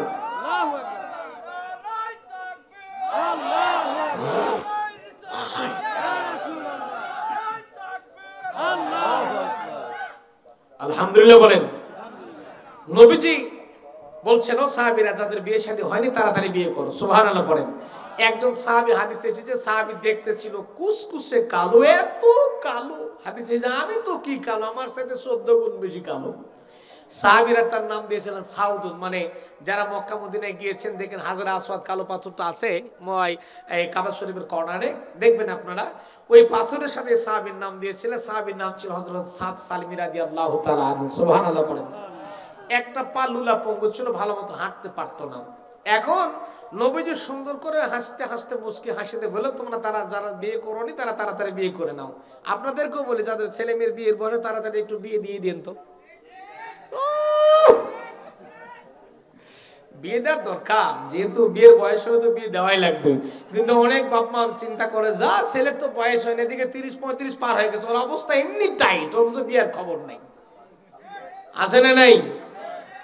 যারা বাপ মা আছেন তাড়াতাড়ি বিয়ে দেওয়ার চেষ্টা করবেন। চিন্তা করেন, বিয়ে দিলেও তো চাকরি করে না, বাকরি করে না, কিছু মানে খাওয়াবে কি? আরে খাওয়ানোর রিজিকের মালিক কে? বিয়ে করলে আল্লাহ বরকত রহমত বাড়ায় দেয়। সুবহানাল্লাহ পড়েন। এজন্য যাদের বাচ্চাদের, যাদের সন্তানদের বিয়ের বয়স হলে তাড়াতাড়ি বিয়ে পড়ায় দিবেন। আমার যুবকেরা খুশি হয়ে গেছে। তোমাদের চিন্তা নাই, থামো, তোমাদের জন্য আসতেছে ইনশাআল্লাহ। আল্লাহু আকবার। তো হযরত সাদ সালিমি রাদিয়াল্লাহু তাআলা চোখের পানি ফেলে কাঁদতেছেন। রাসূল কাছে গেলেন, যার বলবেন, সাদ সালিমি, তুমি কাঁদো কেন? কি হলো তোমার?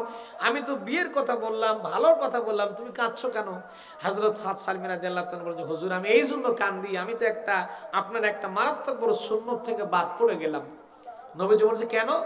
আমার যে চেহারা, আমার যে সাইজ আর যে সুরত আল্লাহ আমাকে দিছে, আমাকে কে মেয়ে বিয়ে দিবে? কে দিবে আমারে মেয়ে বিয়ে? নবীজি বলছেন, তুমি এই জন্য কাঁদো? আরে সাদ সালিমি, তুমি টেনশন করো না, তোমার বিয়ে হবে মদিনার বিশ্ব সুন্দরীর সাথে। না সুবহানাল্লাহ, কালকে সকাল 10:31 বলেন, আজকে সুবহানাল্লাহ থাক। সুবহানাল্লাহ পড়েন। আমার প্রিয় ভাইরা, আল বেদায়া ওয়ান নেহা কিতাবের নাম মনে রাখেন, আল বেদায়া ওয়ান নেহা, মানবতার বন্ধু মুহাম্মদ রাসূলুল্লাহ সাল্লাল্লাহু আলাইহি সাল্লাম। তারপর সিরাত ইবনে হিশাম আর রাহিকুল মাকতুম, অনেকগুলো কিতাবের মধ্যে এসেছে যে এই পৃথিবীর জমিনে 4 জন মহিলাকে আল্লাহ পাক বিশ্ব সুন্দরী করে বানিয়েছিলেন। কয়জন? একজন ছিলেন আমাদের মা হযরত হাওয়া আলাইহিস সালাম। তার সাথে সৌন্দর্যপূর্ণ কেউ ছিল না। আমাদের আমির হামজা ভাই একটা কথা বলে ফেলেছিলেন সেদিন মাহফিলে, একটা মিস্টেক করে বলেছিলেন একটা সুন্দরীর কথা। না গাই যুবকেরা, তোমাদের তো সব মুখস্থ, মানে যারা জানে না তারা গুগলে নাম সার্চ দেখতে দেখি জিনিসটা কেমন, তাই না? তো যাই হোক, উনি আমাদের মা হাওয়া আলাইহিস সালামের দৃষ্টান্ত দিকে কথাটা শব্দ চয়নে একটু ভুল হয়েছিল। আমরা বক্তারা বিভিন্ন কথা বলি, 2-4টা কথা তো মিস্টেক হতেই পারে, হতে পারে না? স্লিপ অফ টাং হতে পারে, মিস্টেক হতে পারে, যে ক্ষমা সুন্দর দৃষ্টিতে দেখা দরকার। তো আমাদের মা হাওয়া আলাইহিস সালাম ছিল অত্যন্ত সুন্দর। যারা মক্কা মদিনায় গিয়েছেন দেখবেন, আমাদের মা, আমি যখন প্রথম মক্কায় যাই, জেদ্দা এয়ারপোর্টে নামা, জেদ্দার ঘাটে আমাদের মায়ের রওজা শরীফ। জেদ্দায় নামার পরে কোথাও যাইনি, মক্কায় যাওয়ার আগে আমি চলে গেলাম আমার মায়ের কাছে। যেরকম সুবহানাল্লাহ, ওখানে দেখলাম আমার আম্মা জান হাওয়া আলাইহিস সালামের কবরের সামনে লেখা আছে, জেদ্দাতুন উম্মাতুন জাদ্দাতুন জাদিদাতুন জামিলাতুন খবীরাতুন লেখা আছে যে পৃথিবীর শ্রেষ্ঠ সুন্দরী মহিলা ছিল হযরতে হাওয়া আলাইহিস সালাম। আমরা তো তার সন্তান, ঠিক কিনা কর? আমাদের মায়ের নাম কি? বাপের নাম? বাপের নাম? এখন তো বর্তমান প্রতি বছর আমাদের দেশে যে হালে জাতির পিতা পরিবর্তন শুরু হয়েছিল, সর্বনাশ, আল্লাহ মাফ করুক। সব জায়গায় খালি জাতির পিতা, সব জায়গায় জাতির পিতা, এই করা লাগবে জাতির পিতা, সেই করা লাগবে জাতির পিতা, এই কর্মসূচি, ওই কর্মসূচি, মানে সব গোষ্ঠী শুদ্ধ খালি ওর 14 গোষ্ঠীর নাম দিয়ে ভরাই দিয়েছিল। ঠিক কিনা বলেন? আপনাদের কথা বলতে কি ভয় পাচ্ছেন নাকি? আরে ভাই, এখন তো আর ভয়ের কোনো কারণ নেই। এখন বাংলাদেশ স্বাধীন হয়ে গেছে, ওপেনলি কথা হবে ইনশাআল্লাহ। কোন জালেমের বাচ্চার কারো চোখ রাঙানি মুসলমান আর সহ্য করবে? সিল্লে এখন করবে? করবে না। আল্লাহু আকবার কোন? হযরতে সাদ সালমিকে বলছেন, রাসূল বলছেন, চিন্তা করো না, তোমার সাথে বিয়ে হবে বিশ্ব সুন্দরী। সুবহানাল্লাহ। 4 জন মহিলা বিশ্ব সুন্দরী ছিল, তার মধ্যে 1 নম্বর ছিল আমাদের মা। নাম কি? পেছনের যুবকের কথা কয় না, নাম কি? হাওয়া আলাইহিস সালাম। তারপর আর কয়েকজন ছিল, লাস্ট এন্ড ফাইনালি যিনি ছিলেন তার নাম ছিল হুরে মদিনা। কি নাম? হুরে মদিনা ছিল মদিনার বিশ্ব সুন্দরী। নবীজি তখন ছিলেন মদিনার রাষ্ট্রপতি। সুবহানাল্লাহ পড়ে। রাসূল কি ছিলেন? নবীজি ছিলেন রাষ্ট্রপতি। আর হুরে মদিনার বাপ যিনি ছিলেন, কেউ বলেছেন তার নাম ছিল আমের, আর কেউ বলেছেন তার নাম ছিল হযরত আব্দুর রহমান রাদিয়াল্লাহু তাআলা আনহু। সে আব্দুর রহমান ছিল ফাইন্যান্স মিনিস্টার, অর্থমন্ত্রী। চিন্তা করেন, নবীজি রাষ্ট্রপতি আর অর্থমন্ত্রীর মেয়ে হুরে মদিনা ছিল বিশ্ব সুন্দরী। আর এই সাদ সালমি ছিল কালো সাহাবী। সাদ সালমি একে তো কালো সাহাবী, একে তো পালুলা পঙ্গু, pocket MT, mister Garibullah Chowdhury. বুঝা যাইতে নাকি? গরিব মানুষ, নবী কিছু খেতে দিলে খায়, না দিলে পড়ে থাকে, চুপচাপ পড়ে থাকে। এর সাথে রাসূল বলছেন যে তোমার সাথে বিয়ে হবে হুরে মদিনার। সুবহানাল্লাহ। বলছেন, রাসূল বলছেন, এটা কি সম্ভব? হয় সাদ সালমি বলছে, হুজুর এটা কি সম্ভব? আরে সম্ভব না মানে, যে বিয়ের ঘটক আমি মুহাম্মদুর রাসূলুল্লাহ সাল্লাল্লাহু আলাইহি ওয়াসাল্লাম নিজেই। বিয়ের ঘটক কে? আল্লাহর রাসূল, যার জন্য গোটা দুনিয়া পাগল। জোরে কোন আল্লাহু আকবার। রহমতে আলম নবী নূরে মুজাসসাম, সাহাবীরা আতর বানায় ওই নবীজির ঘাম। রহমতে আলম নবী নূরে মুজাসসাম, সাহাবীরা আতর বানায় ওই নবীজির ঘাম। শুনো মানো জানো কেমন আমার নবীজি, যাহার পাগল চন্দ্র সূর্য তারকারাজি। বলো যাহার পাগল চন্দ্র সূর্য তারকারাজি। বাবা আরো শুনবানি সুন্দর কাহিনী জান্নাতের। আল্লাহ তাআলা নূর কাছে রাসূল বলছেন, একটা কাগজ কলম দাও, আমাকে এনে দাও আর চিঠি লেখো। রাসূল চিঠি লিখে দিচ্ছেন। এবার লিখছেন, এই আব্দুর রহমান, মদিনার অর্থমন্ত্রী, আমি নবী চিঠি লিখলাম, এই চিঠির বাহক তোমার কাছে যাবে, চিঠির বাহকের সাথে তোমার মেয়ে হুরে মদিনার বিয়ে তুমি নিজে পড়ায়া দিও। না না, সুবহানাল্লাহ বলার দরকার নাকি? সিল্লা এখন সুবহানাল্লাহ। সম্মানিত ভাইয়েরা আমার, হযরত সাদ সালমি রাদিয়াল্লাহু তাআলা আনহু আল্লাহর নবীর দেওয়া চিঠিখানা বুকের মধ্যে জড়িয়ে নিলেন। একবার ঠোঁটের মধ্যে চুমা, একবার কপালের মধ্যে চুমা লাগাই, একবার বুকের মধ্যে জড়িয়ে নেন। নেওয়ার পরে হুরে মদিনার উদ্দেশ্য করে আব্দুর রহমানের বাড়ির দিকে রওনা দিয়ে দিল। নবীজির কাছ থেকে বিদায় নেওয়ার পরে সাদ সালমি রাদিয়াল্লাহু তাআলা চিঠিটা নিয়ে রওনা দিয়ে দিয়েছে আব্দুর রহমানের বাড়ির দিকে। পথ চলতেছে, আর এই সাদ সালমি টেনশন করছে, চিন্তা করছে, আমি তো কালো সাহাবী, আমাকে কেউ মেয়ে বিয়ে দেবে না, তার উপরে গরিব মানুষ, কোনো মতেই আমার বিয়ে হবে না। চিঠি নবী দিয়েছে তো কি হয়েছে, আমার বিয়ে হবে না। আর এক মন চিন্তা করছে, মনে মনে ভাবনা চিন্তা করছে, যেহেতু বিয়ের ঘটক স্বয়ং নবী নিজে চিঠি লিখেছেন, নবী নিজে, সুতরাং আল্লাহর নবীর চিঠিটা কখনো ফেরত আসতে পারে না। মনের ভিতরে একটু সাহস সঞ্চয় করলো, চিন্তা করলো, যেহেতু চিঠি লিখেছেন কে, চিল্লা এখন কে, আল্লাহর নবী লিখেছেন চিঠি, সুতরাং চিঠিটা এমনি এমনি ফেরত আসতে পারে না, অবশ্যই আমার বিয়ের ব্যবস্থা হয়ে যাবে। এবার যখন চলে গেছে, বাড়ির কাছাকাছি যখন পৌঁছে গেছে, ইসলামের মধ্যে একটা সিস্টেম আছে, সেটা হলো ইস্তেজান, তথা অনুমতি গ্রহণ করার দরকার আছে না নাই? এই জন্য করে আমার ভাইয়েরা, ইসলামের সর্বক্ষেত্রে আল্লাহর আইন কোরআন মানার দরকার আছে না নাই? আমরা ধারণা করে বসে আছি কোরআন খালি আমরা মসজিদ মাদ্রাসা খানকায় মানবো, মানুষ মরে গেলে জানাজার মধ্যে পড়াবো, এই চিন্তা ভাবনা আমরা করি। নামাজ শুধু আমরা চিন্তা করে কোরআন মানবো, নামাজে রোজায় হজে জাকাতে ব্যবসা বাণিজ্যে মানার দরকার নেই, রাজনীতিতে মানার দরকার নেই।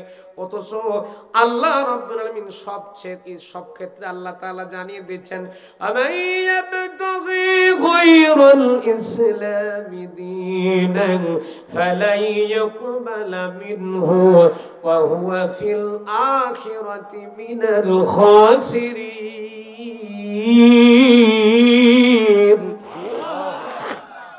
আল্লাহ বলেন, বান্দারে তোমার জীবনের শুরু থেকে শেষ পর্যন্ত যেই কাজটাই করো না কেন, ইসলাম বাদ দিয়ে কোনো কাজ যদি তুমি করে থাকো, তার মানে হলো ইসলাম বাদ দিয়ে জীবনের কোনো কাজ পরিচালনা করা যাবে না।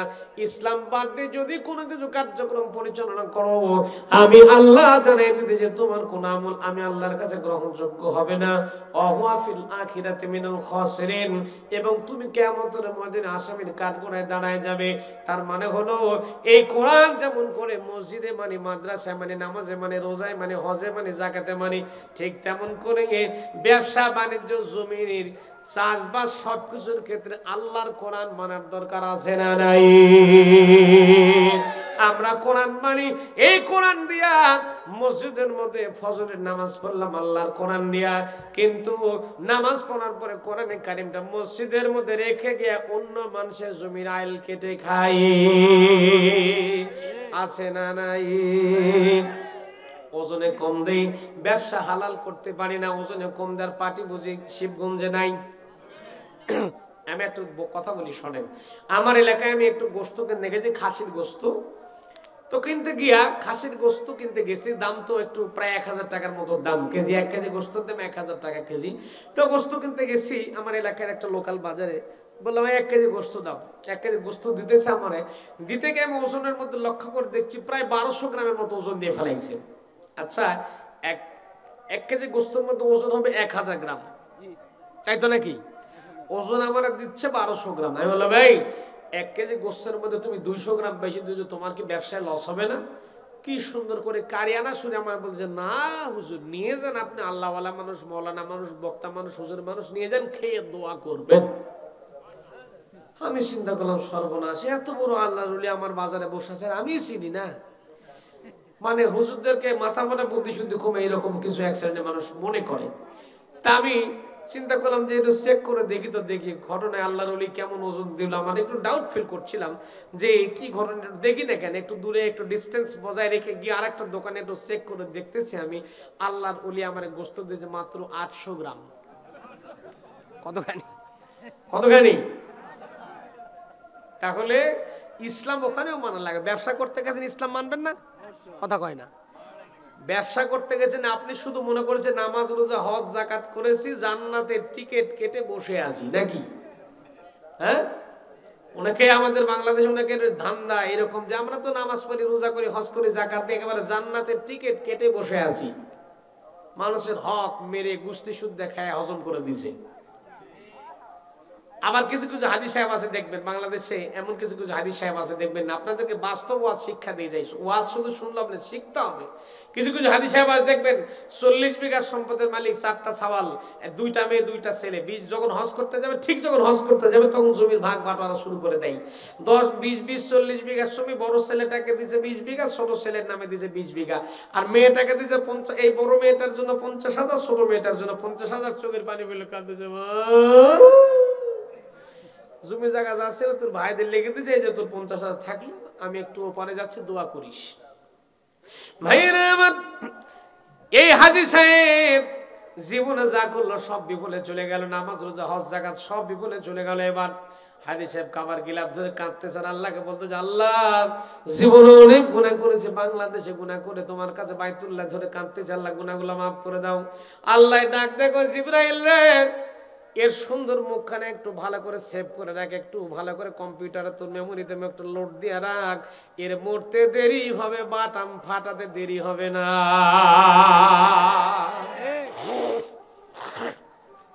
কে এবার দলিল নিয়ে যান। দলিল না, দলিল লাগবে তো নাকি কথার পেছনে। মান কথা মিরাস কথা আল্লাহিয়াব, বিশ্ব নবী বলেন যদি কোনো মানুষ ওয়ারিসান সম্পত্তি থেকে নিজের সন্তানদেরকে বঞ্চিত করে, ছেলের ভাগ মেয়েকে দিল, মেয়ের ভাগ ছেলেকে দিল, মেয়েকে বঞ্চিত করলো কিংবা ছেলেকে যদি বঞ্চিত করে, ওয়ারিসান সম্পত্তি মিরাস সম্পত্তি যদি কেউ কাউকে বঞ্চিত করে, আল্লাহর নবী বলেন ওই মানুষটাকে আমার আল্লাহ রাব্বুল আলামিন বান্দার তালিকা থেকে আল্লাহ তার নামটা ডিলিট করে দেয়। চিন্তা করেন, এরকম হাজির সাহেব আপনাদের এলাকায় অবশ্য নাই না, এগুলা সব আমাদের ওই এলাকায় আছে। ভাইরা যে কথা বলছিলাম, হযরতে সাদ সালমের সিটি মনে আছে না ভুলে গেছেন? কথা কয় না, হ্যাঁ মনে আছে, মনে আছে?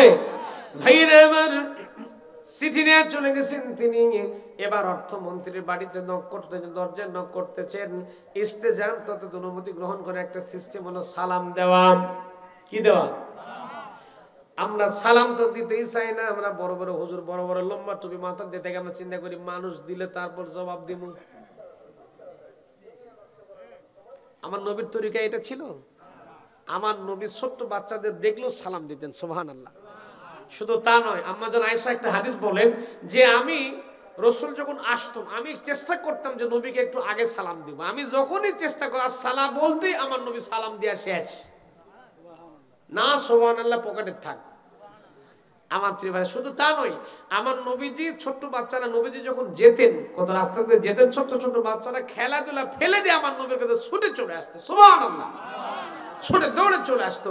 একটা বাচ্চা নবীর কাছে এসেছে, নবী হাত বুলাই দিচ্ছে, আর ওই বাচ্চাকে বলছেন যে তোমার কাছে একটা লাল পাখি থাক, তুই পাখিটা কই দেখছি না, যে পাখিটা কোথায় আছে? বাচ্চা তো কেঁদে ফেলেছে, হাউমাউ করে বাচ্চা কাঁদতেছে আর বলতে যে আপনি হলেন বিশ্ব নবী, মদিনার রাষ্ট্রপতি, অথচ আপনি আমার কাছে একটা লাল পাখি থাকে সেই খবর পর্যন্ত আপনি রাখেন। দেখেন নবী কেমন মানুষ ছিলেন, আল্লাহু আকবার। আমার নবী কেমন ছিল, সুবহানাল্লাহি বিহামদিহি, সুবহানাল্লাহি বিহামদিহি, আল্লাহু আকবার, আল্লাহু আকবার। ছোট্ট বাচ্চার জন্য আমার নবীজি এত সুন্দর করে তাদের সঙ্গে কথা বলেছেন। আর আমরা মসজিদের মধ্যে বাচ্চা ঢুকলে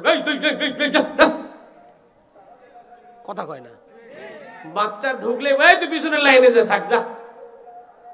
আরে এই কাজ করা যাবে না। বাচ্চাদেরকে আদর করবেন, মহব্বত করবেন, মসজিদমুখী বাচ্চাদেরকে করার দরকার আছে না নাই? আছে না নাই?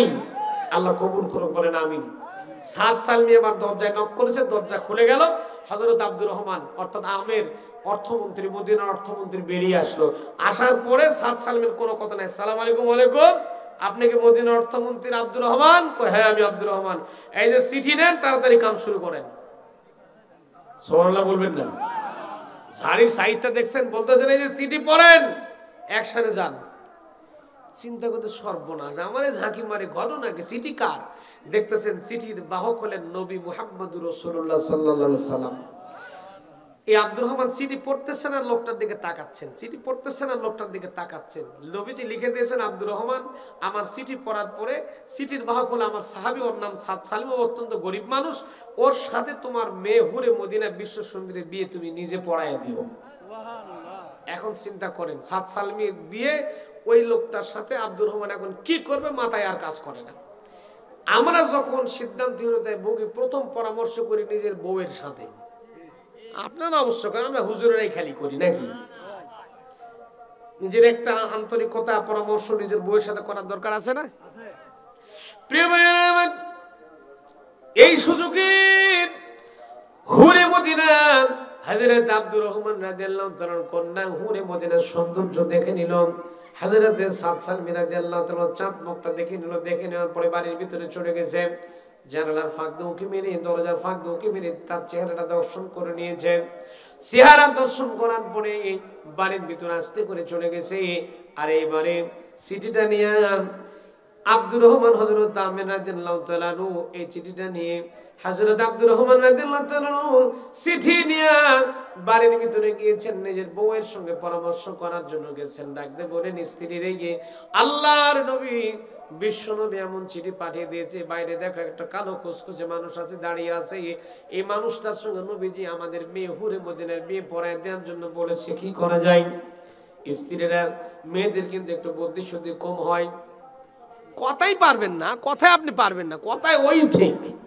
আপনি যত কিছু ঘুরে পেঁচে বুঝেন না কেন, ওটাই ঠিক, ঠিক না? আর মেয়েদের একটা স্বভাব আছে, মেয়েরা কিন্তু দুনিয়ার মধ্যে সবচেয়ে বড় অকৃতজ্ঞ।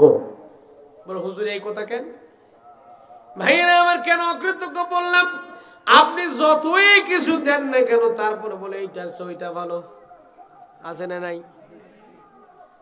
আমি সেদিন মাহফিল বাতিল হয়ে গেছে, এই গত রিসেন্টলি কয়েকদিন আগে একটা মাহফিল ছিল টাঙ্গাইলের ওদিকে, কি যেন একটা মাহফিল বাতিল হলো। বউকে নিয়ে বললাম চলো একটু গাড়িতে একটু ঘুরতে বেরোন। আমার বলতে যে আমার কোনো সেরকম ভালো পোশাক আছে যে বের হবো? ইন্ডিয়াতে গেলে মিনিমাম 20টা 30টা করে কাপড় নিয়ে আসে, মিনিমাম 100টা জামা কাপড় তোলা আছে, ওই আপনার বোরখা। তারপরেও দুজন মিলে হুরে মদিনার বাপ মা দুইজন মিলে পরামর্শ করছে লোকটার সঙ্গে তার বিয়ে দেবে না, কোনো মতেই তার বিয়েটা দিবে না। তারা এই জন্য তারা পরামর্শ করছে। পড়ার কোন সিদ্ধান্ত গ্রহণ করলাম, নবীর দরবারে চলে যাব, মদিনায় চলে যাব, আল্লাহর হাবিবের কাছে চলে যাব। যাবার পরে নবীজিকে সুন্দর করে পরামর্শ দিয়ে বুঝিয়ে বলবো, লোকটার সঙ্গে আমাদের বিয়ে দিতে পারবো না, আপনি আমাদের ক্ষমা করবেন। এই পরামর্শ করে তার সিদ্ধান্ত স্থির করলো। এইদিকে তাদের কন্যা হুরে মদিনা শুনতে পেল বাপ মা তার সঙ্গে মেয়েটার সঙ্গে ছেলেটার সঙ্গে তার বিয়েটা দেবে না। হুরে মদিনাকে বললে, হ্যাঁ আমার আব্বা আম্মা যান, কান খুলে শুনে নেন, যে বিয়ের ঘটক আল্লাহর নবী নিজেই, ঘটককে যে বিয়ের ঘটক স্বয়ং আমার নবীজি, সুতরাং নবীজির চিঠি তো ফেরত দেওয়া যাবে না।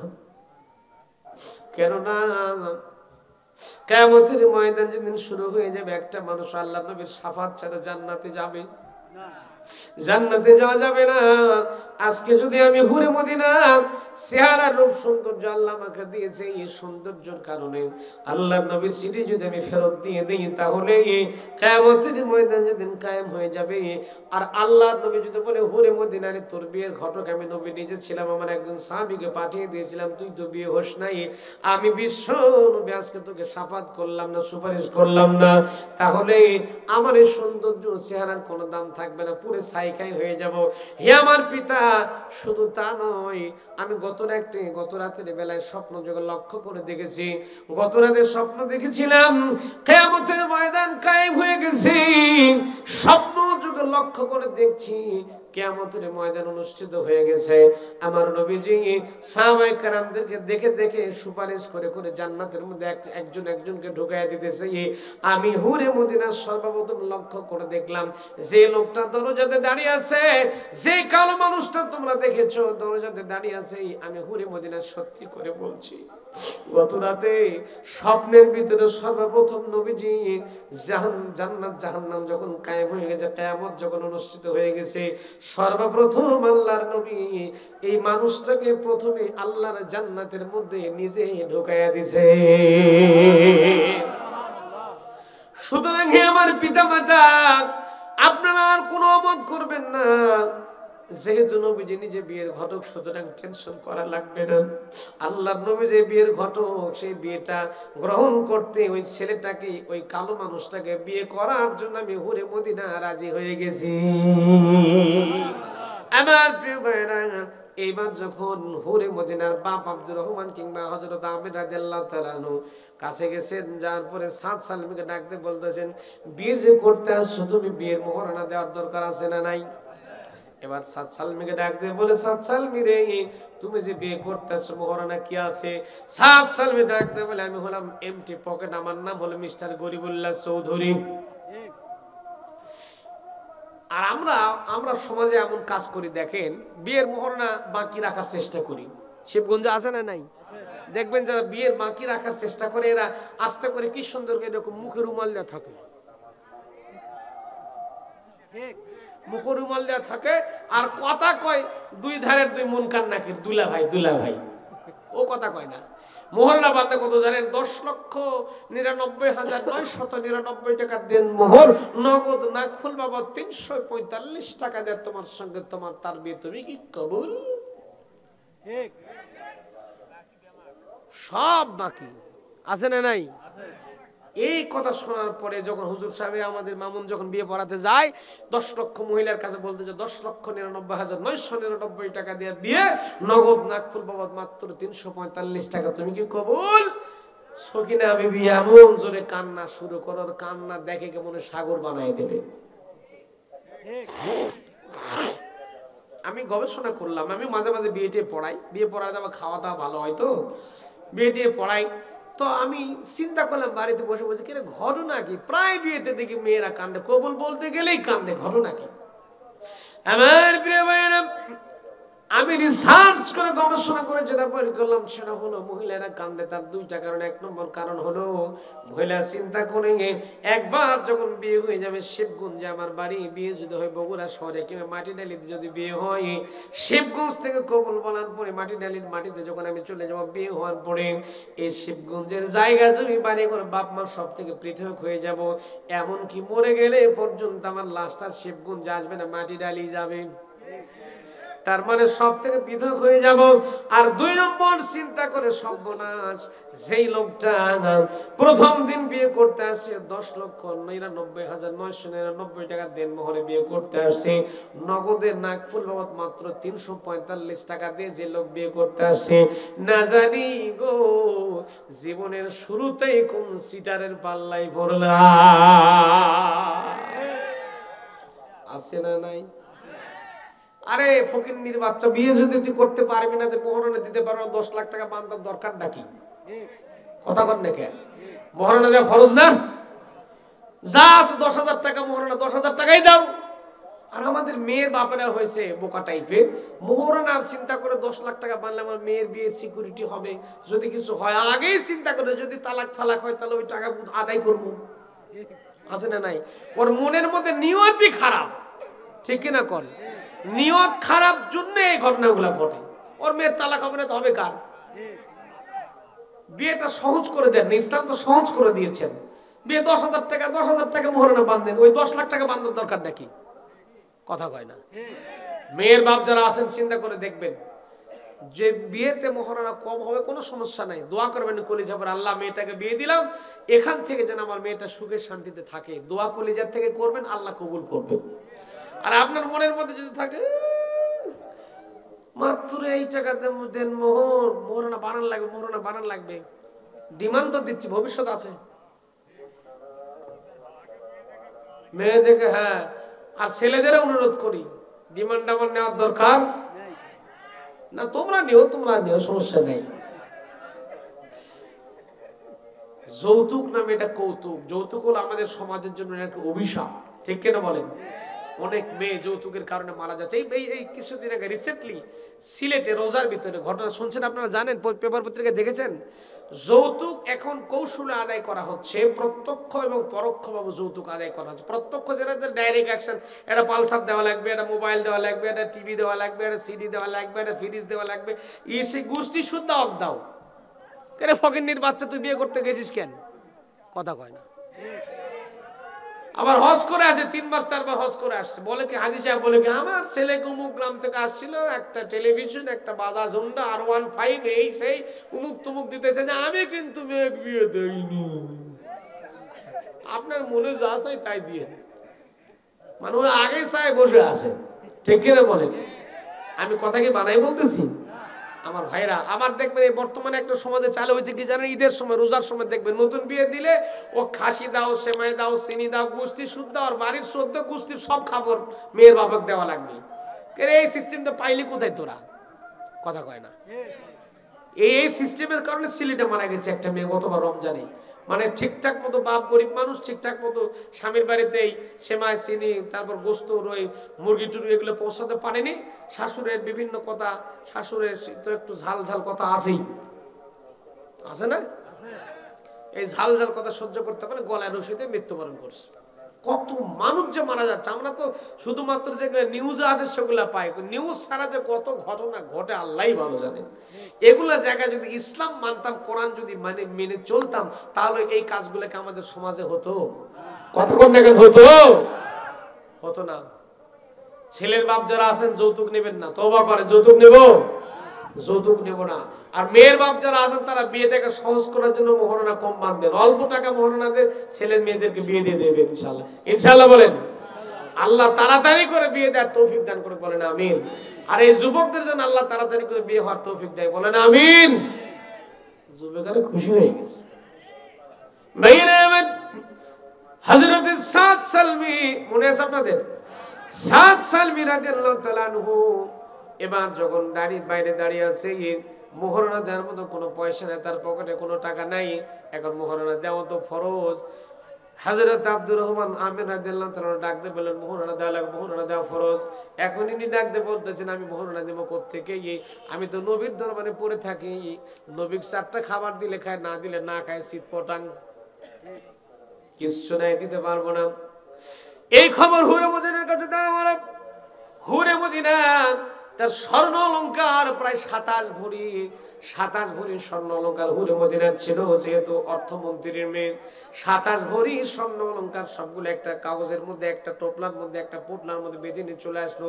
আসার পরে হযরতে সাদ সালমের হাতের মধ্যে দিয়ে বলল আপনাকে আমি স্বামী হিসাবে গ্রহণ করতে চাই, এই জন্য করে আমার পক্ষ থেকে এই 27 ভরি সোনা আপনাকে আমি উপহার দিয়ে দিলাম। যান, চলে যান, মদিনায় চলে যান, বাজারে চলে যান, বাজারে গিয়ে বিক্রি করেন, আমার স্বর্ণ অলংকার গুলা বিক্রি করেন, নিজের সুন্দর সুন্দর পোশাক কিনেন, আমার জন্য কিনেন, শ্বশুর শাশুড়ির জন্য কিনেন, যা যা লাগবে সবগুলা কিনেন, বিয়ের বাজার করে নিয়ে চলে আসেন। আপনার সাথে আমার আজকে বিয়ে হবে, আজকে রাত হবে আমাদের বাসর সজ্জার রাত। ভাইয়েরা আমার, এমন সময়ে বাসর সজ্জার রাত হবে, মনের মধ্যে তার আনন্দ আছে না নাই? বিয়ে করবে কাকে চিন্তা করছেন তো? একে তো কালো, দুয়ে তো লুলা পঙ্গু, ঠ্যাং চলেই না ঠিকঠাক মতো, আবার বিয়ে হবে বিশ্ব সুন্দরীর সাথে। আলোচনা কি চলবে না শেষ করে দেব? চলে যদি পকেটে হাত দেওয়া লাগবে।